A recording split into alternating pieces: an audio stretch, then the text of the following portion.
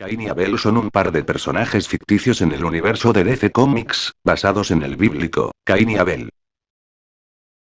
Fueron figuras clave en la línea misterio de DC Comics a finales de los años 60 y 70, que luego se convirtió en el actual sello de los lectores maduros, Vertigo Comics. Cain es un personaje insólito, conocido por todos por haber sido malévolo y envidioso, en su historia como hijo del primer hombre, asesino de su hermano Abel. Fue castigado por Dios a vivir y vagar eternamente por el mundo con una marca, que dejaba como advertencia de que cualquiera que matara a Caín provocaría la ira de Dios. Actualmente son personajes usados en la tercera temporada de la serie Lucifer Morningstar. Es presentado como un exitoso y astuto detective, con un gran temperamento, papel interpretado por Tom Welling, y Abel aparece en una ocasión reencarnado en forma de una mujer.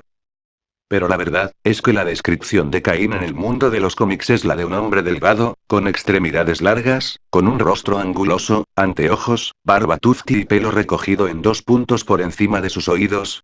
Actúa como una especie de psicópata que con el tiempo, se ha convertido en una especie de deidad de los misterios, en su guardián. Mientras que Abel es nervioso y tartamudo, de buen corazón.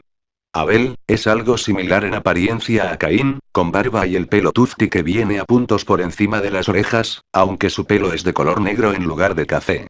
Él es más bajo y más gordo que Caín, con un rostro más abierto. Las únicas veces que no tartamudea es cuando está contando una historia, y esta ha sido una característica desde sus primeras apariciones. Estos personajes no solo tienen contacto en la serie live action con Lucifer Morningstar, también se encuentran en el cómic de The Sandman, y seguramente de aquí surgió la inspiración de incluirlo en la serie como Tom Welling. Antes de su terrible encuentro con Lucifer, Morfeo, el rey de los sueños, necesitaba enviarle un mensaje a Lucifer, pero a quien enviara de seguro volvería con al menos un órgano por fuera, pues unos tomos atrás de la historia Morfeo le había humillado, y seguramente cualquiera que se apareciese en su nombre en ese reino lleno de fuego, sufriría una terrible tortura. Así que Morfeo decide enviar a Caín. Nadie puede tocarle por decreto divino. Quien mate a Caín sentirá 7 veces mi venganza, dijo Dios. Lucifer no lo mató, pues obviamente esto le traería su destrucción, pero aún así se atrevió a hacerle pasar un buen susto antes de devolverlo a Morfeo, con su mensaje. Caín y Abel aparecen unas cuantas veces en el cómic de Sandman, pero no son originarios de este, pues la primera aparición de Caín fue a comienzos de los 60, en una larga y polémica saga de cómics tipo historias de la cripta llamado La Casa de los Misterios, que llevaba sacando tomos desde 1950. Su aparición fue exactamente en el tomo número 172, y a partir de este se situaría como presentador y narrador de muchas de estas historias, en la Casa de los Misterios. Un tiempo después también se presentaría a Abel, como narrador de historias en la Casa de los Secretos. La trama de estos cómics eran diferentes historias sin mucha continuidad tipo historias La Cripta, con un particular formato. Caín, a menudo realizaba la lectura de cuentos a varias personas que se alojaban en la Casa del Misterio. Abel, hacía lo mismo en la Cámara de los Secretos, pero a una imaginaria, y en los cómics siempre fue editada entre comillas, novia llamada Goldie.